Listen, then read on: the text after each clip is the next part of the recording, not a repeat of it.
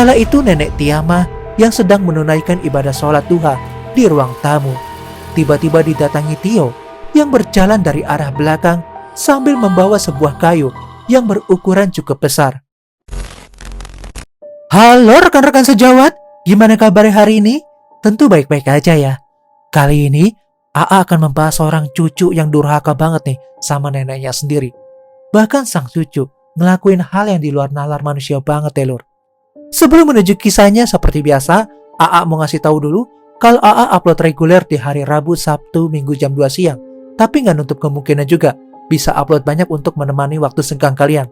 Dan jangan lupa like, share, subscribe, serta nyalain tombol lonceng notifikasi. Biar kalau ada video baru, kalian nggak akan ketinggalan. Gak usah berlama-lama lagi, langsung aja kita gaskan ke case-nya.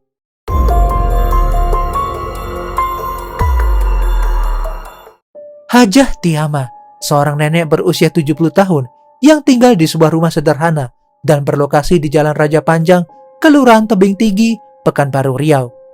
Di dalam rumah tersebut, beliau tinggal bersama dengan cucunya yang berusia 20 tahun bernama Tio Winarto.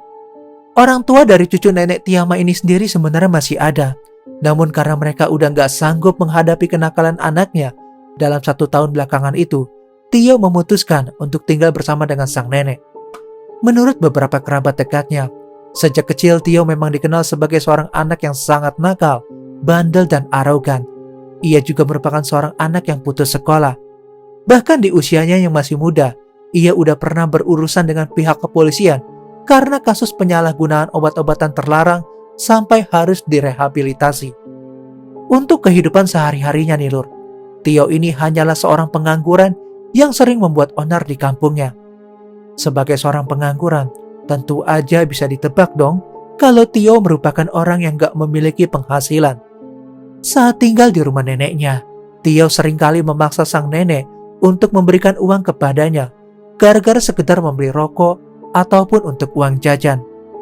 Dan ketika nenek Tiamah menolak permintaan itu, biasanya Tio gak akan segan-segan untuk memarahi neneknya yang udah renta.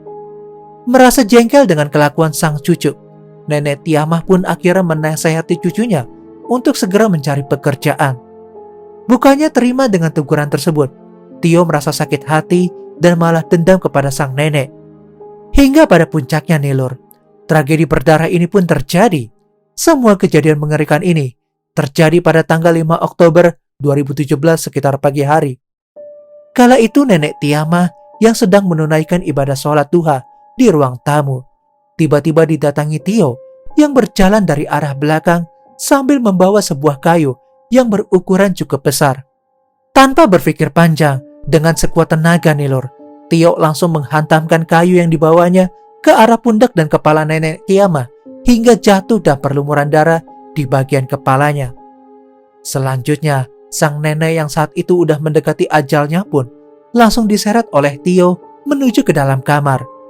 Setibanya di kamar itu, nenek Tiamah diketahui masih dalam kondisi hidup, walaupun udah sangat gak berdaya. Sembari membiarkan neneknya di lantai begitu aja, Tio sibuk menggali sebuah lubang di bawah kasur tempat tidur sang nenek dengan menggunakan cangkul. Setelah lubang galian tersebut selesai, ia langsung menguburkan tubuh sang nenek yang saat itu dalam kondisi sekarat. Yang paling bikin mirisnya lagi ya lur, nenek Tiamah dikuburkan saat masih menggunakan mukena putih. Selanjutnya, setelah berhasil menghilangkan jejak, Tio bergegas menggeledah seisi rumah dan berhasil menggondol beberapa perhiasan uang serta handphone milik nenek Tiamah. Ia kemudian bergegas kabur meninggalkan rumah sang nenek menuju Batam dan bersembunyi di rumah kekasihnya. Setibanya di kota Batam, Tio dan kekasihnya langsung menjual beberapa perhiasan yang udah dicuri dan menggunakan uang hasil penjualan itu untuk pesta miras dan sabu-sabu. Keesokan harinya, atau tepatnya pada 6 Oktober 2017, salah satu anak nenek Tiamah yang kebetulan tinggal tepat di seberang rumah merasa curiga karena pintu rumah ibunya masih tertutup rapat. Padahal biasanya nenek Tiamah ini udah membuka pintu serta jendela setiap jam 6 pagi. Merasa ada yang janggal, ia pun segera berusaha untuk menggendor jendela kamar dan pintu rumah nenek Tiamah. Namun panggilan tersebut gak mendapatkan respon apapun.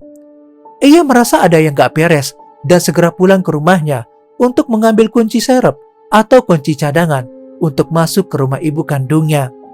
Nah, ketika pintu rumah itu berhasil dibuka, ia kembali merasa aneh karena pintu kamar nenek Tiama dikunci dari luar. Ia pun bergegas menghubungi saudara-saudaranya untuk menyampaikan tentang hilangnya sang ibunda. Bersama dengan keluarganya yang lain, kemudian mereka langsung mencari keberadaan ibunya. Bahkan mereka juga sampai membuat pengumuman orang hilang dan sempat menyebarkan brosur yang ditempel-tempel di pohon berisikan informasi nenek Tiama. Namun sayang, semua usaha itu nggak kunjung membuahkan hasil. Merasa gundah gulana, pihak keluarga akhirnya memutuskan untuk melaporkan hilangnya nenek Tiama secara resmi ke polsek terdekat sebagai kasus orang hilang. 2 hari kemudian, atau tepatnya pada tanggal 8 Oktober 2017, karena pencariannya yang telah dilakukan gak kunjung membuahkan hasil, mereka pun berkumpul di rumah nenek Tiama. Saat itu, akhirnya pihak keluarga sepakat untuk membuka pintu kamar yang terkunci guna mencari petunjuk nenek Tiama yang dianggapnya hilang. Setelah pintu berhasil didobrak oleh salah satu anak dari nenek Tiama, mereka langsung memeriksa seisi kamar dan mendapati bahwa handphone sekaligus tas milik nenek Tiama udah lenyap. Salah satu dari mereka pun berinisiatif untuk mengangkat spring bed yang ada di dalam kamar dan mendapati ada sebuah gundukan tanah bekas galian. Merasa penasaran, ia pun langsung mengorek gundukan tanah tersebut. Namun ternyata gundukan itu mengeluarkan bau yang sangat menyengat. Dengan perasaan yang gak menentu, ia pun langsung mengambil cangkul dan mulai membongkar gundukan tersebut. Pada saat itulah, mereka semua kaget bukan kepalang ketika mendapati jasad sang ibunda dalam posisi telungkup meringkuk di dalam lubang galian itu. Temuan tersebut pun segera dilaporkan ke kantor polisi terdekat untuk segera ditindaklanjuti. Selanjutnya nih lor, pihak berwajib segera mendatangi lokasi untuk penyelidikan lebih lanjut. Aparat kepolisian mengakui bahwa jasad nenek Tiama ini ditemukan dalam kondisi telungkup, masih menggunakan mukena dan udah membusuk. Jasad tersebut pun segera dibawa ke rumah sakit terdekat untuk dilakukan otopsi. Berdasarkan hasil otopsi, diketahui bahwa penyebab kematiannya gara-gara luka akibat hantaman benda tumpul di bagian belakang kepala. Pihak kepolisian pun segera melakukan olah tempat kejadian perkara untuk mencari bukti-bukti terkait kasus ini. Pihak berwajib menjelaskan bahwa lubang galian itu dibuat sesuai ukuran korban dan memiliki kedalaman 80 cm. Berdasarkan olah TKP, pihak kepolisian menyita beberapa barang yang diduga merupakan barang bukti dari kasus ini, yaitu sebilah parang, cangkul, linggis, dan 3 buah ember yang diduga berisi tanah bekas galian. Selain itu nih lor, pihak kepolisian juga langsung memintai keterangan dari pihak keluarga, tetangga, dan warga sekitar. Berdasarkan informasi sementara, nenek Tiama diketahui tinggal bersama dengan seorang cucunya yang bernama Tio Winarto. Namun sejak hari Kamis, Tio ini gak pernah diketahui keberadaannya. Kecurigaan pun langsung dipusatkan kepada sang cucu, sebab semenjak nenek Tiama dinyatakan hilang, Tio ini juga gak pernah terlihat lagi. Tanpa membuang banyak waktu, pihak berwajib segera memburu keberadaannya.